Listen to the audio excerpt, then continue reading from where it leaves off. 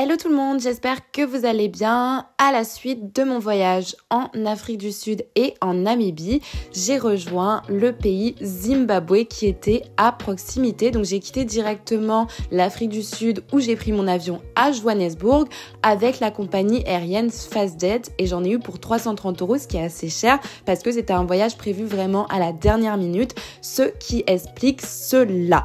Et honnêtement, vu que les chutes Victoria étaient situées au même endroit, je me suis dit que c'était une opportunité pour moi de pouvoir visiter les chutes Victoria en allant directement au Zimbabwe.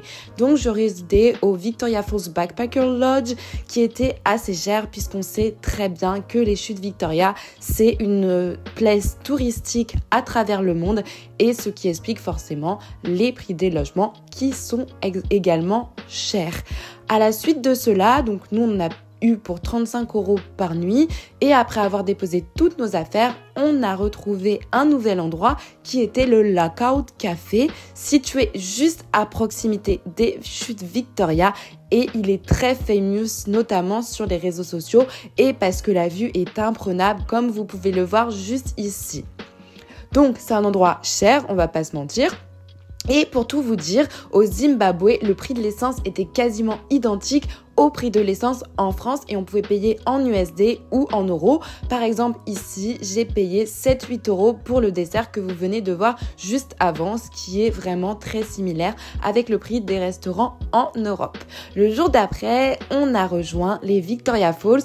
On y a été directement à pied, c'était 2,5 km aller et 2,5 km retour.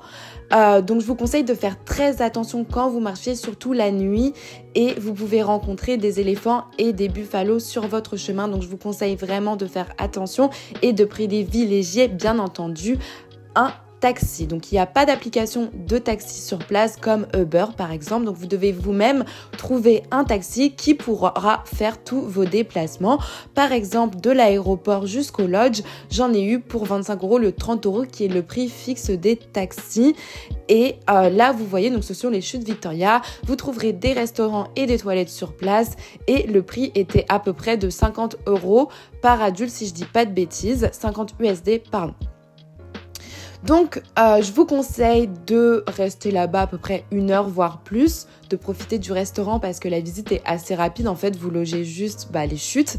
Et si vous voulez faire la Devil's Pool, il faut que vous réserviez absolument un tour. Et il se fait de l'autre côté, en Zambie, sur la Livingstone Highlands. Donc, vous pouvez également faire un tour en hélicoptère là-bas. J'ai énormément apprécié mon voyage au Zimbabwe pour la raison pour laquelle les personnes là-bas étaient très accueillantes, même si c'est un endroit très touristique. Par exemple, là, vous êtes à la sortie des chutes Victoria et comme vous voyez, il y a énormément de magasins de souvenirs et aussi un show au rythme du tam-tam, comme on dit, de danse traditionnelle. Je vous conseille, voilà, donc comme je vous ai dit juste avant, c'est assez cher le coût de la vie. Donc je vous conseille de privilégier le tour en hélicoptère au lieu de juste aller voir les chutes parce que ça reste un moment extraordinaire et à faire une fois dans sa vie.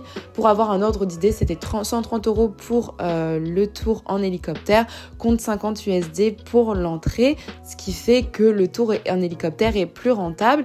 Donc voilà, c'était une expérience extraordinaire. C'est la fin de mon voyage en Afrique. J'espère un jour avoir l'occasion d'y retourner et si vous avez des questions, n'hésitez pas à les poser en commentaire. Je me ferai un plaisir de pouvoir y répondre.